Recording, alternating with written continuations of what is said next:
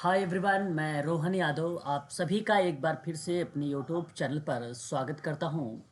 आज की जो हमारी ये क्लास है समाज कार्य में मैं आप लोगों से विगत वर्ष का ये प्रश्न पत्र आप देख रहे हैं सितंबर 2013 का। पहले समाज कार्य में दो प्रश्न पत्र पूछे जाते थे, एक द्वितीय होता था, एक तृतीय होता था। द्वितीय में बेसिकली 50 क्वेश्चंस हुआ करते थे और जो तृतीय पेपर होता था उसमें 75 क्वेश्चंस होते थे। हालांकि मैं आप लोगों से बातचीत करने वाला हूं समाज कार्य के विगत प्रश्नों पर जो समाज कार्य के लिए इम्पोर्टेंट होगा। आगामी परीक्षाएं चाहे वो यूजीसी नेट हो या ईएसआईसी हो या एम्स हो या एमपीपीएससी, साथ ही साथ अगर हम बात करें DSSB जहां सोशल वेलफेयर ऑफिसर की वैकेंसी निकाली गई है, उसके लिए भी ये इम्पॉर्टेंट क्लास है क्योंकि महत्वपूर्ण प्रश्नों पर मैं बातचीत करने वाला हूं समाज कार्य के। आपको बता दूं, यदि आप DSSB की तैयारी कर रहे हैं तो इसकी जो क्लासेस है मैं ऑनलाइन आप लोगों को प्रोवाइड करा रहा हूं मात्र 2500 रुपये में। यदि आप इंटरेस्टेड है तो आप हमसे संपर्क कर सकते हैं 8506031308 पर। आप मुझे कॉल भी कर सकते हो और व्हाट्सएप के माध्यम से संपूर्ण जानकारी समाज कार्य के बारे में ले सकते हो। तो समाज कार्य की क्लासेस मेरे यूट्यूब चैनल पर चलती है, ये बात आप सबको भली भांति तरीके से पता है। पहले मैं आप लोगों को एक टॉपिक करवाता हूँ, उसके बाद उस टॉपिक से संबंध में कुछ महत्वपूर्ण प्रश्नों पर भी बातचीत करता हूँ। तो आज हम लोग बातचीत करने वाले हैं कुछ प्रश्न पत्रों पर। ध्यान दीजिएगा, हमारे सामने जो पहला प्रश्न है, निम्नलिखित में से क्या देश के सामाजिक विकास का सूचक नहीं है। 4 ऑप्शन आपके सामने दिए गए हैं, इनमें से करेक्ट जवाब क्या होगा। न्यायालयों में मुकदमेबाजी का प्रभाव, जो ऑप्शन नंबर सी है, ये ऑप्शन आपका करेक्ट चला जाएगा। क्वेश्चन नंबर सेकंड, बाल विवाह निरोध अधिनियम किस वर्ष में अधिनियमित हुआ है। ये 4 ऑप्शन आपके सामने। क्वेश्चन नंबर सेकंड सही जवाब हो जाएगा सन 1929 में। क्वेश्चन नंबर थर्ड, मौखिक संप्रेषण के कौशल का श्रेष्ठ उदाहरण क्या माना जाएगा। क्वेश्चन नंबर थर्ड सही जवाब होगा प्रवाही वाक, जिसको बोलते हैं बोली। क्वेश्चन नंबर फोर्थ, स्वीकृति समाज कार्य का सिद्धांत है जिसका तात्पर्य, ऑप्शन सी, सेवार्थी जैसा है या जैसी है वैसा ही उसे स्वीकार किया जाए। ये स्वीकृति समाज कार्य के सिद्धांत का तात्पर्य होता है। बात करते हैं मंगोलिज्म। मंगोलिज्म किसका प्रकार होता है। मानसिक मंदता। अब मानसिक मंदता को बौद्धिक अक्षमता कहा जाता है। क्वेश्चन नंबर फिफ्थ का ऑप्शन नंबर सी करेक्ट जवाब होगा। अनुलोम विवाह। क्वेश्चन नंबर 6, अनुलोम विवाह उच्च जाति के पुरुष द्वारा निम्न जाति के महिला के साथ विवाह होता है तो वह अनुलोम विवाह होता है। यदि उच्च जाति की महिला निम्न जाति का पुरुष होगा तो वह विवाह प्रतिलोम कहलाएगा, याद रखिएगा। बात करते हैं क्वेश्चन नंबर 7। क्वेश्चन नंबर 7 हमारे सामने कहता है कि विशिष्टता, आइडेंटिटी वर्सेस भूमिका संभ्रांति किसका कार्य भार है। ये इरेक्शन का थ्योरी है, मनोसामाजिक सिद्धांत। उस सिद्धांत के अंतर्गत ये निम्न में किसका कार्य दर्शाता है। Question number 7 option number D देखेंगे तो ये किशोरावस्था का कार्य जो है दर्शाया जाता है। क्वेश्चन नंबर 8, वर्ष 1992 का रियो अर्थ शिखर सम्मेलन किस विषय से संबंधित था। क्वेश्चन नंबर 8 सही जवाब इसका क्या होना चाहिए, तो ऑप्शन आपका यहाँ पे जो जाएगा क्वेश्चन नंबर 8 का ऑप्शन नंबर ए, धारणीय विकास। बात करेंगे क्वेश्चन नंबर 9। एक तरफ पुस्तक दूसरी तरफ लेखक दिए गए हैं, आपको इसके जवाब बताने हैं क्वेश्चन नंबर 9 का। तो देखिए, social work education and social work practice in India, question number 13 का सही जवाब क्या होना चाहिए, तो आपको बताना है इसमें किसका मैच करेगा। B Kuppuswamy, T Nair, Pulanski, Wilson and Ryland. ठीक है, तो यहाँ सही जवाब होगा आपका पुलंस्की। आपका जो ऑप्शन जाएगा वह पुलंस्की जाएगा।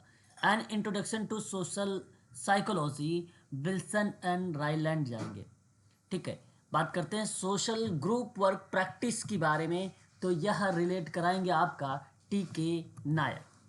और social work research method for the health profession की, तो बी कुप्पू स्वामी का नाम आता है। यहाँ सही जवाब होगा पहले का 3, दूसरे का 4, तीसरे का 2 और लास्ट का 1, तो 3 4 2 1, 3 4 2 1 ऑप्शन आप देखेंगे तो डी ऑप्शन जा रहा है और डी ऑप्शन आपका करेक्ट हो जाएगा। क्वेश्चन नंबर नेक्स्ट बढ़ेंगे। क्वेश्चन नंबर 10, सिगमंड फ्रायड द्वारा यह दावा करते हैं कि यौन मूल प्रवृत्ति मानव के समस्त प्रयासों का स्रोत माना जाता है। ये बात सत्य है और सामाजिक मनोविज्ञान ने मूल प्रवृत्तियों के संबंध में मानव व्यवहार की व्याख्या करने का प्रयास भी किया गया है। क्वेश्चन नंबर 10 का दोनों स्टेटमेंट आपका करेक्ट होंगे, इसलिए पहला ऑप्शन जाएगा ए और आर दोनों सत्य है। क्वेश्चन नंबर 11 कहता है कि समाज कार्य व्यवसाय परिवार को अपने आप में महत्वपूर्ण व्यवस्था मानता है। ये बात भी करेक्ट है और यह इकाई के रूप में परिवार अध्ययन और हस्तक्षेप के लिए उपयुक्त होता है। बिल्कुल करेक्ट है और सही व्याख्या है, इसलिए मैं कहूँगा ऑप्शन नंबर बी का आप लोग चुनाव करिएगा। क्वेश्चन नंबर 12, इसमें आपको सम्मिलित करना है यानी मैच करना है। बोनस भुगतान अधिनियम के बारे में मैंने पढ़ा चुका हूँ आपको 1965। उपादान भुगतान अधिनियम की बात करते हैं तो यह आपका 1972। मजदूरी भुगतान अधिनियम की बात करते हैं तो 1936।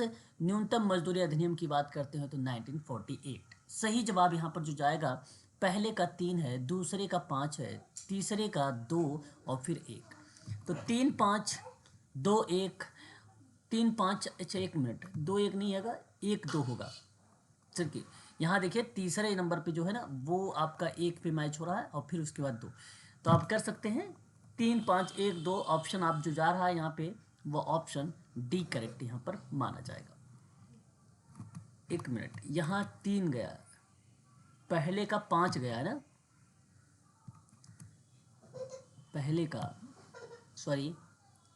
पहले का अगर हम बात करते हैं तो पहले का 1 गया है। ठीक है, ये देखो पहले वाले का 3rd से मैच है, दूसरे वाले के 5 से मैच है, तो ये ऑप्शन ए करेक्ट है। ठीक है, ऑप्शन ए सही है। बात करेंगे क्वेश्चन नंबर 13, HIV एड्स के लिए अधिदेशक परीक्षण तब किया जा सकता है जब 4 ऑप्शन आपके सामने है, कूट दिए गए हैं, उसके बाद आपके यहाँ पे ऑप्शन मिल रहे हैं। तो पहले हम उन बिंदुओं पर विचार विमर्श करेंगे क्वेश्चन नंबर 13 में।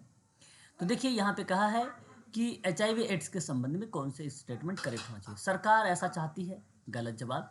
कोई जनसंख्या में HIV एड्स से पीड़ित जो रोगी हैं उसके बारे में जानना चाहता है, गलत बात। नियमित चिकित्सकीय जांच की जाती है, गलत बात। रक्तदान के दौरान, ये देखिए HIV एड्स के लिए अधिदेशक परीक्षण तब किया जा सकता है जब रक्तदान के दौरान।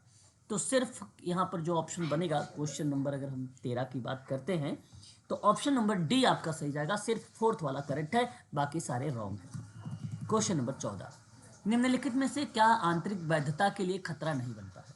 क्वेश्चन नंबर 14 14 नंबर का सवाल बेसिकली रैंडम यादृच्छिकरण जो है ये आंतरिक वैधता के लिए खतरा नहीं बन सकता है। बात करते हैं शोधकर्ता जिस परिकल्पना के आधार पर ना सिर्फ बलपूर्वक या कहता है कि चर संबंधित पाए जाएंगे परंतु उसके संबंध की दिशा का पूर्वानुमान करता है, डैश यानी क्या कहलाता है। क्वेश्चन नंबर 15 सही जवाब इसका जाएगा एक पुक्षी, यानी आपको वन टेल्ड टेस्ट होता है जो शोधकर्ता जिस परिकल्पना के आधार पे न सिर्फ बल पूर्वक यह कहता है कि चर से संबंधित पाए जाएंगे परंतु संबंध की दिशा में पूर्वानुमान करता है, तो पूर्वानुमान में एक पुच्छ जिसको हम बोलते हैं वन टेल टेस्ट बोलते हैं, ऑप्शन पहला करेक्ट यहाँ पे माना जाएगा। क्वेश्चन नंबर 16 नंबर का सवाल, एक तरफ घटना दूसरी तरफ उसकी मनाने की जो तिथि है वो दर्शाई गई है। तो विश्व तंबाकू रोधी दिवस 31 मई को मनाया जाता है, राष्ट्रीय युवा दिवस 12 जनवरी को मनाया जाता है, अंतर्राष्ट्रीय युवा दिवस 12 अगस्त को मनाया जाता है, विश्व बालिका दिवस और यह आपको मनाया जाता है 12 अक्टूबर को। तो आप मैच कर सकते हैं पहले का दूसरा, दूसरे का पहला और तीसरे का चौथा, चौथे का तीसरा। तो ऑप्शन नंबर आप देखेंगे यहाँ पर जो रिलेट हो रहा है वो बी ऑप्शन रिलेट हो रहा है और बी ऑप्शन आपका करेक्ट जा रहा है।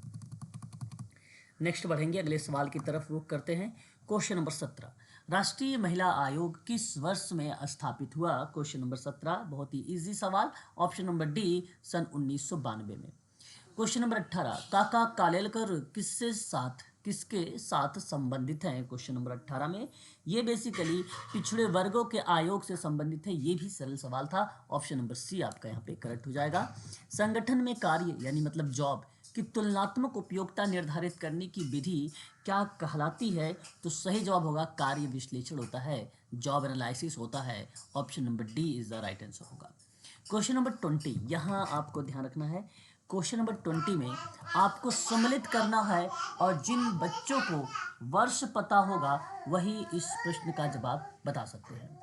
चलिए, तो ESI अधिनियम 1948 और भविष्य निधि अधिनियम 1952, प्रसूति प्रसुविधा अधिनियम 1961, कार्यकार क्षतिपूर्ति अधिनियम आपका 1923। ठीक है, ये आपको क्रम में लगाना है। तो इसका सही जवाब क्या होना चाहिए? क्वेश्चन नंबर हमारे सामने 20। तो आप देख रहे हैं यहाँ पर पहले नंबर पे आएगा फोर्थ, दूसरे पे आपका आ जाएगा पहला वाला, फिर उसके बाद दूसरा, फिर तीसरा, और यहाँ पे करेक्ट जवाब हो जाएगा आपका ऑप्शन नंबर सी। आप इसके बाद आप वर्ष को देखिए, आप इजीली मैच कर सकते हैं। मानव की संज्ञानात्मक आवश्यकताएं किसके लिए होती हैं? अब्राहम मैस्लो का ये सवाल है। इसका सही जवाब क्या होना चाहिए? तो ज्ञात करने, समझने और अन्वेषण के लिए होता है, और ऑप्शन डी आपका करेक्ट हो जाएगा यहाँ। अगला सवाल है आपके सामने कि लर्निंग हेल्पलेसनेस, ठीक है, इसको बोला जाता है पंडिताईपूर्ण निस्सहायपन, किस पर आधारित अवधारणा है? और इसके अंतर्गत अगर हम बात करेंगे क्वेश्चन नंबर 22 का, तो सही जवाब जो जाएगा वो समाज अधिगम का सिद्धांत है। ये सोशल लर्निंग थ्योरीज है ऑप्शन नंबर आपका, क्योंकि लर्न से संबंधित है। लर्न का मतलब होता है सीखना, है ना। तो ऑप्शन यहाँ पे जो जाएगा वो ऑप्शन नंबर बी आपका करेक्ट हो जाएगा। क्वेश्चन नंबर 23, ऑप्शन आपके सामने एक तरफ दिया गया है सूची और दूसरी तरफ सेकंड सूची में आपको रिलेट कराना है कौन किससे संबंधित हो सकता है। सामाजिक अनुसंधान रिपोर्ट बाल निर्देशन केंद्र से हो सकता है। भुगतान यानी डिस्चार्ज नियोजन किससे हो सकता है? तो ये आपको एक मिनट, सामाजिक अनुसंधान अगर हम बात कर रहे हैं आप लोगों से, सामाजिक अनुसंधान किससे रिलेट? सामाजिक अनुसंधान की रिपोर्ट परिवीक्षा से रिलेट हो सकती है ना। किससे? परिवीक्षा से रिलेट हो सकती है। डिस्चार्ज नियोजन किससे रिलेट हो सकता है? चिकित्सा समाजकारी से। कामगारों की मुआवजा की बात अगर हम लोग करते हैं तो ये सामाजिक सुरक्षा से। व्यवहार परक समस्या की बात करते हैं तो बाल के निर्देशन केंद्र से। सही जवाब ये है, पहले का तीसरा गया है, दूसरे का पहला गया है, तीसरे का चौथा है, और लास्ट वाले का दूसरा है। तो सही जो ऑप्शन मैच हो रहा है वो पहला ऑप्शन आपका करेक्ट हो रहा है यहाँ पे। क्वेश्चन नंबर 24, परियोजना सूत्रीकरण के लिए निम्नलिखित में से क्या आवश्यक नहीं है? क्वेश्चन नंबर 24, इसका सही जवाब क्या होना चाहिए? प्रलेखन होना चाहिए, ये इससे संबंधित नहीं है। FCRA किसके लिए हो सकता है? क्वेश्चन नंबर 25, सही जवाब इसका होगा option number B, foreign contribution यानी रेगुलेशंस एक्ट। ऑप्शन नंबर आपका B is the right answer होगा। तो ये समाजकारी के प्रश्न पत्र आप लोग देख रहे हैं और इंपॉर्टेंट क्वेश्चन है। ये देखिए, एक तरफ विधि है, दूसरी तरफ टेक्निक है क्वेश्चन नंबर 26 में, और बहुत ही आसान सा सवाल होगा। इसका सामाजिक व्यक्तिक कार्य व्यक्ति की स्थिति और सापेक्षिक व्यवस्था को बताता है। सामाजिक अगर हम बात कर रहे हैं समूह कार्य को लेकर तो ये आपका नॉर्मिंग और स्टॉर्मिंग को बताता है। और सामुदायिक संगठन की बात करते हैं तो ये आपको रिलेट कराता है जो है फनलिंग यानी कि दरिता। और सामाजिक क्रिया की बात करते हैं तो यानी घेराव। तो आप मैच कर सकते हैं। यहाँ पे करेक्ट जवाब जो गया है ऑप्शन नंबर सेकंड यहाँ पे सही माना जाएगा क्वेश्चन नंबर 26 का। क्वेश्चन नंबर 26, अब बात करेंगे क्वेश्चन नंबर 27 के बारे में। निम्नलिखित में से कौन सा उपचार यानी ट्रीटमेंट समूह का नहीं है? 27 का सही जवाब अगर हम बात करेंगे अध्ययन दल, बेसिकली ट्रीटमेंट जो है समूह कार्य का नहीं, ये तो केस वर्क का है। क्वेश्चन नंबर 28, स्त्री अवशिष्ट रूपेण प्रतिषेध अधिनियम किस वर्ष अधिनियमित किया गया? सही जवाब ऑप्शन नंबर बी, सन 1986 में इसको अधिनियमित किया गया था। आगे बढ़ेंगे क्वेश्चन नंबर 29 की तरफ। निम्नलिखित में से कौन सी शासन क्रियाविधि गैर सरकारी संगठनों में नीति निर्माण की उच्चतम संस्था मानी जाती है? वह महासभा। ऑप्शन नंबर ए करेक्ट हो जाएगा। बात करेंगे अगले सवाल की तरफ। क्वेश्चन नंबर हमारे सामने 30 यानी 30 नंबर का सवाल है। कहता है ऑक्टेविया हिल। ऑक्टेविया हिल की बात अगर हम लोग करते हैं तो ये रिलेट कराते हैं आवास गृह संबंधित सुधार से। मुर्रे जी रॉस की बात अगर हम लोग करते हैं तो ये रिलेट कराते हैं कम्युनिटी ऑर्गेनाइजेशन से। एच पल्लमैन की बात अगर हम लोग करते हैं तो समस्या समाधान के उपागम को रिलेट करते हैं। गैसल कोनोफ्का की बात करते हैं तो ये रिलेट होते हैं सामाजिक समूह कार्य में। तो आप देख सकते हैं पहले का 4 है और यहाँ पर आपका जो मैच हो रहा है वो ऑप्शन नंबर आपका सी सही तरीके से मैच हो रहा है। क्वेश्चन नंबर 31 इंपॉर्टेंट क्वेश्चन ये भी है हमारे सामने। 31 नंबर का सवाल है। कहता है कि शोध की वस्तुपरकता, जिसका अर्थ साक्ष्य को निष्पक्षता की जांच करने की उत्सुकता और क्षमता है, वह क्या कहलाती है? क्वेश्चन नंबर 31 में तो वह बेसिकली सीने का none of the scientific method कहलाता है और ऑप्शन नंबर डी आपका यहाँ पे करेक्ट हो जाएगा। क्वेश्चन नंबर 32 सहभागी विकास में लोगों की सहभागिता क्या हो सकती है? क्वेश्चन नंबर 32 का सही जवाब इसका जो जाएगा विकास का केवल साधन है और उसका साध्य नहीं। ऑप्शन नंबर आपका डी करेक्ट हो जाएगा क्वेश्चन नंबर 32 का। बात करेंगे यदि सेवार्थी वाचिक आपेक्ष करने पर अड़ा रहता है तो किस तकनीकी का उपयोग किया जाता है? क्वेश्चन नंबर 33 सही जवाब हो जाएगा धूमिल करना। धूमिल करना ऑप्शन नंबर आपका सी यहाँ पे करेक्ट हो जाएगा।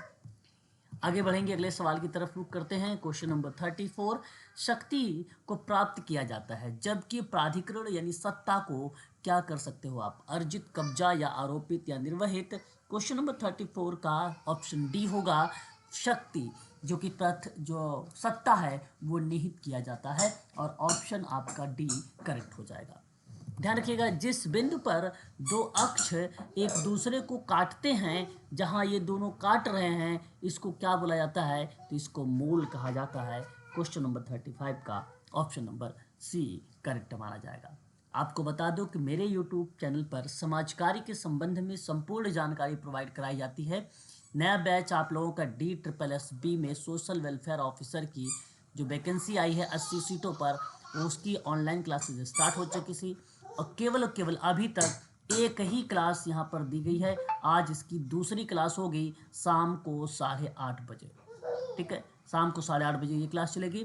दोपहर में 1 बजे आप लोगों की प्रैक्टिस होगी। 7 PM भी आप लोगों की प्रैक्टिस है UGC नेट सोशल वर्क के बच्चों के लिए और DSSB के लिए भी इंपॉर्टेंट होगा क्योंकि वो सोशल वर्क का प्रश्न पत्र है। ठीक है, बात करते हैं क्वेश्चन नंबर 36 को।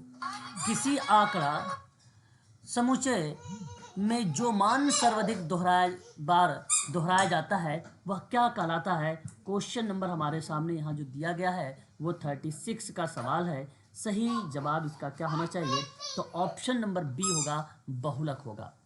आगे बात करते हैं क्वेश्चन नंबर हम लोग 37 के बारे में। कह रहा है कि निम्नलिखित में से किसने कहा है कि मानवाधिकार को समझने के लिए न्याय अति महत्वपूर्ण होता है? क्वेश्चन नंबर 37 में तो वह ऑप्शन आपका जाएगा बी यानी जॉन रॉल ने कहा है। ऑप्शन बी करेक्ट हो। मानवाधिकार की सार्वभौमिक घोषणा कब अपनाया गया था?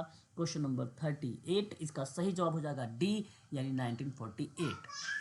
बात करते हैं क्वेश्चन नंबर हम लोग 39 के बारे में। केस फाइलों को संभाल कर रखना मनचिकित्सा सामाजिक कार्यकर्ता का महत्वपूर्ण कर्तव्य होता है। ये बात तो सत्य है और यहाँ पर मैं आप लोगों से कहूँगा कि इस पॉइंट को आप सत्य करिएगा। फिर दूसरा कारण आपसे कह रहा है कि केस फाइल मानसिक स्वास्थ्य शोध के आंकड़ा संकलन महत्वपूर्ण स्रोत भी होता है। ये भी करेक्ट है परंतु इसकी व्याख्या यहाँ पे करेक्ट नहीं मानी जाएगी, इसलिए मैं आपसे कहूँगा कि ऑप्शन आप लोग बी का चुनाव करें। क्वेश्चन नंबर नेक्स्ट हमारे सामने है, मानव संसाधन प्रबंधन को उत्तम कोटि का मानव होना चाहिए। यह स्टेटमेंट आपका करेक्ट है। मानवीय मूल्य और नैतिकता प्रबंधन शिक्षा के अनिवार्य अंश होने चाहिए। देखो ये कंपलसरी नहीं है तो मैं आप लोगों से कहूँगा एक चीज़, लेकिन हाँ इसकी एक प्रकार से ये व्याख्या बता देता है तो मैं आप लोगों से कहूँगा ऑप्शन बी को लगाइए। ए सही है और आर जो है ए की सही व्याख्या कर रहा है, इसलिए ऑप्शन नंबर आपका बी करेक्ट हो जाएगा। क्वेश्चन नंबर बात करेंगे 41 के बारे में।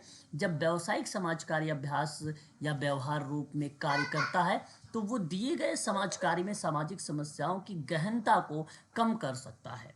क्वेश्चन नंबर हमारे सामने यहाँ पर जो दिख रहा है वो 41 है, तो यह स्टेटमेंट आपका क्या है, करेक्ट है। पेशेवर सामाजिक कार्यकर्ता जब निपुणता और विश्वास विकसित नहीं कर लेते तो वे जटिल सामाजिक समस्याओं से संबोधित नहीं कर सकते। बिल्कुल ये भी बात सत्य है, और यहाँ पर मैं आप लोगों से कहूँगा कि यहाँ दोनों करेक्ट हैं, इसलिए ऑप्शन नंबर सी का चुनाव करिए। क्वेश्चन नंबर 42, संगठन या सरकार द्वारा क्रिया की निर्देशन देने वाली दिशा निर्देशों का समूह क्या कहलाता है। क्वेश्चन नंबर 42, इसका सही जवाब क्या होना चाहिए, यहाँ पर अगर बात किया जाए तो ऑप्शन नंबर आपका जो जाएगा वह ए करेक्ट होगा, वो क्योंकि सोशल पॉलिसी है, यानी सामाजिक नीति है। बात करते हैं अगले सवाल की तरफ हम लोग। क्वेश्चन नंबर हमारे सामने 43, यहाँ पे कुछ एक प्रकार की फोबिया से संबंधित जो डिजीज होती हैं उसके बारे में दिया गया है, और उससे कौन सा रोग होता है या कौन सा भय है उसको हमें रिलेट कराना है। क्वेश्चन नंबर 43, तो हाइड्रोफोबिया बेसिकली आपको जल का भय दर्शाता है, हाइड्रोफोबिया क्वेश्चन नंबर 43 में। उसके बाद निक्टोफोबिया ये अंधकार से है, एक्रोफोबिया ये आपका ऊंचाई से है, पायरोफोबिया ये आग से है। ठीक है, यहाँ पर आप देख सकते हैं कि पहले का 3 गया है, दूसरे का दूसरा ही है, तीसरे का 1 है, चौथे का चौथे ही है, यानी 3 2 1 4 3 2 1 4 ऑप्शन नंबर आप डी में देख सकते हैं, इजीली मिल जाएगा। क्वेश्चन नंबर 44 कहता है कि मादक पदार्थों का दुरुपयोग बढ़ रहा है, ये बात भी सत्य है। ठीक है, वहीं अगर हम लोग बात करते हैं परिवार का नियंत्रण तथा अंतः पीढ़ी संप्रेषण कम हो रहा है। ठीक है, देखिए मैं आपसे कहूँगा यह स्टेटमेंट आपका पहला स्टेटमेंट करेक्ट है, परिवार का नियंत्रण और अंतः पीढ़ी संप्रेषण कम हो रहा है, कहना उचित नहीं है। तो मैं यहाँ पे कहूँगा ऐसा हो भी सकता है, अंश अगर आप चाहो तो इसे अंश के रूप में रख सकते हो या व्यापकता के रूप में ले सकते हो, परंतु इसकी व्याख्या करेक्ट है। मैं आप लोगों से कहूँगा कि ऑप्शन नंबर आप डी का चुनाव करें। एफ परीक्षण क्या है, एफ टेस्ट क्या है, क्वेश्चन नंबर 45 सही जवाब इसका होगा प्रचलित, मैंने बताया था एक जो है पैरामेट्रिक होता है, एक नॉन पैरामेट्रिक होता है। पैरामेट्रिक टेस्ट के अंतर्गत जो आता है वो एफ टेस्ट आता है, मैं पहले भी इसके बारे में पढ़ा चुका हूँ। तो ये समाज कार्य के कुछ महत्वपूर्ण प्रश्न थे। ये देखो व्याख्या वाला मैंने आपको ट्रिक बता रखी है, उन ट्रिक को फॉलो करो, क्योंकि यहाँ 10 में से आप इजिली उस ट्रिक से 8 से 9 नंबर गेन कर सकते हो। केवल ट्रिक को फॉलो करना है। फिर मैं आप लोगों की जो आज शाम की क्लास है, आफ्टरनून की क्लास है, वो प्रैक्टिस पर है। ये 1 PM क्लास जो रहेगी क्वेश्चंस पर रहेगा, 7 PM जो क्लास रहेगी क्वेश्चन पर रहेगा, लेकिन 8:30 और 9:30 जो क्लास होगी वो DSSB की है, सोशल वेलफेयर ऑफिसर की है, जहां क्रिमिनोलॉजी को आधार मान के, सोशोलॉजी को आधार मानकर, सोशल वर्क को आधार मान के कंटेंट बनाए गए हैं, और उन कंटेंटों के आधार पे आप लोगों की जो है सिलेबस के आधार पे क्लासेस जो है प्रोवाइड कराई थी। जैसे ही आपकी एक टॉपिक कवर होती है मैं तुरंत आप लोगों को वहाँ पे प्रोवाइड करा देता हूँ या दे देता हूँ, बता देता हूँ कि इस तरीके से क्वेश्चंस पूछे जाएंगे आपकी परीक्षा में। ठीक है, इसके लिए आप चाहो तो मेरे चैनल पर विजिट कर सकते हो, डेमो क्लास वहाँ पे लिखा हुआ है DSSB की, आप देखेंगे DSSB की डेमो क्लासेस, तो वहाँ पे आपको ईजिली मिल जाएगी। ठीक है, कि सोशल वर्क के एक क्लासेस में आपको प्रोवाइड करा, वो भी आप लोगों के लिए पब्लिक है। बाकी अब जो क्लासेस हैं वो प्राइवेट रखी गई हैं, जो बच्चे पेड हैं उनके लिए है। 2500 रुपये इसकी फीस रखी गई है। ये लिमिटेड समय के लिए दर्शाया गया है, केवल अधिक जानकारी के लिए आप नंबर नोट कर सकते हैं 8506031308 पर आप मुझे कॉल भी कर सकते हैं और व्हाट्सएप के माध्यम से भी जानकारी प्राप्त कर सकते हो। आज के लिए बस इतना ही।